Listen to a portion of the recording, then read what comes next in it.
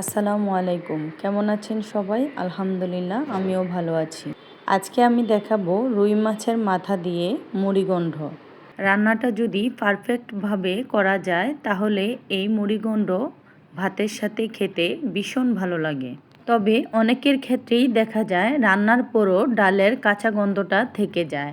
আমার এই recipe follow করে নতুন পুরাতন সবাই একদম পারফেক্টভাবে মুড়িঘণ্ট রান্না করতে পারবেন। আমি এখানে 2টা রুই মাছের মাথা নিয়েছি। আপনারা চাইলে মাছের পিছও নিতে পারেন। মাথাগুলো আমি মাঝখান দিয়ে কেটে ছোট টুকরো করে নিয়েছি। এখন আমি দিয়ে দিব সামান্য লাল মরিচের গুঁড়া, লবণ এবং হলুদ গুঁড়া। এখন আমি সবগুলো ভালোভাবে মিশিয়ে নেব। মাছের মাথাগুলোতে হলুদ মরিচ ভালোভাবে মেখে নিতে হবে। এখন চুলায় একটি হাঁড়ি বসিয়ে দেব।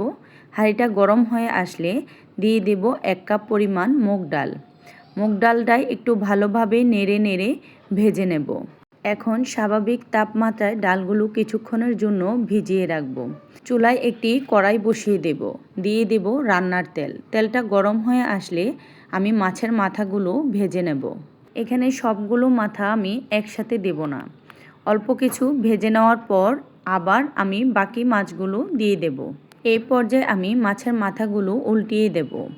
মাছের মাথা বেশি কড়া ভাজি করা যাবে না, এতে করে রান্নার স্বাদ নষ্ট হয়ে যাবে।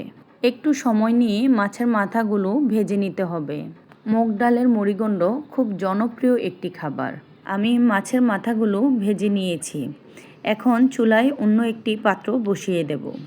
হাঁড়িটা গরম হয়ে আসলেই দিয়ে দেব রান্নার তেল। তেলটা যখন গরম হয়ে আসবে তখন আমি দিয়ে দেব পেঁয়াজ কুচি।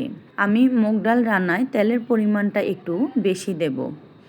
এই তো পেঁয়াজ কুচি দিয়ে দিলাম, তারপর দিব কাঁচামরিচ। 2 থেকে 3 মিনিটের মতো পেঁয়াজ আমি তেলের সাথে ভেজে নেব। তারপর দিয়ে দেব 2 চামচ পরিমাণ আদা বাটা, 2 চামচ পরিমাণ রসুন বাটা, 2 চামচ পরিমাণ পেঁয়াজ বাটা। সবগুলো উপকরণ আবার একটু ভালোভাবে নেড়েচেড়ে দেব। তারপর দিব ধনিয়ার গুঁড়া 1 চামচ পরিমাণ, জিরার গুঁড়া 1 চামচ পরিমাণ। তারপর দিব লবণ। এই পর্যায়ে এসে আমি দিয়ে দেব লাল মরিচের গুঁড়া, হলুদ গুঁড়া। এখন আমি দিয়ে দেব টমেটো কুচি। এটা একেবারেই অপশনাল, চাইলে স্কিপ করতে পারেন। এখন সব কিছু নেড়ে একটু কষিয়ে নেব। দিয়ে দেব সামান্য গরম পানি। আপনারা নিশ্চয়ই খেয়াল করেছেন আমি কতটুকু পানি দিয়েছি।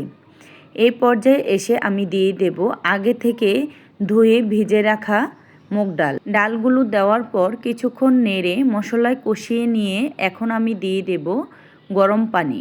এই পর্যায়ে এসে আগে থেকে ভেজে রাখা মাছের মাথাগুলো দিয়ে দেব। আমার রান্না কমপ্লিট। আল্লাহ হাফেজ।